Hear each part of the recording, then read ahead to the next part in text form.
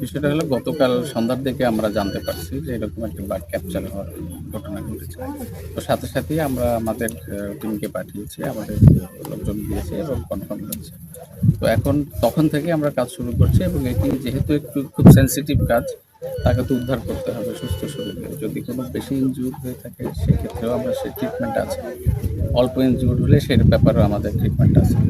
তো আমরা প্রাথমিকভাবে মনে করছি আমরা আমাদের ডিপার্টমেন্টে যে ভেট যারা আছেন, ডাক্তার আছেন, তাদের সাথে কথা বলেছি যে আমরা হয়তোবা যদি আমাদের ট্র্যাঙ্কুলাইজ করতে হয় এবং সেই প্রস্তুতি নিয়ে তারা ভোরবেলায় রওনা দিয়েছে।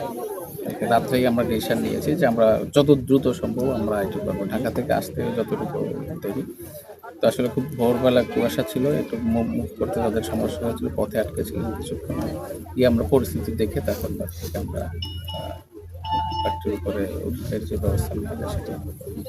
তো নতুন এবং ফিরে আসা গ্রাহকদের জন্য নগদে চলছে ক্যাশব্যাক সহ প্রতিদিন হাজারো উপহার জেতার সুযোগ। হবে আশা আর ফেরা, সারপ্রাইজ সেরা।